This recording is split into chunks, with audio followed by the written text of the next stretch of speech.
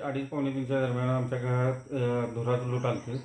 तेव्हा आम्ही जागं झालो. जागून बाहेर येऊन बघतो तर आमच्या शेडला आग लागलेली.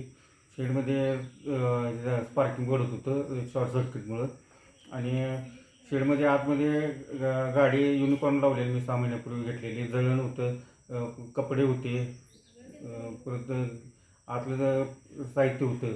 पूर्ण शेडचा पत्रा वगैरे सगळं फुटून हे झाले, जळाले.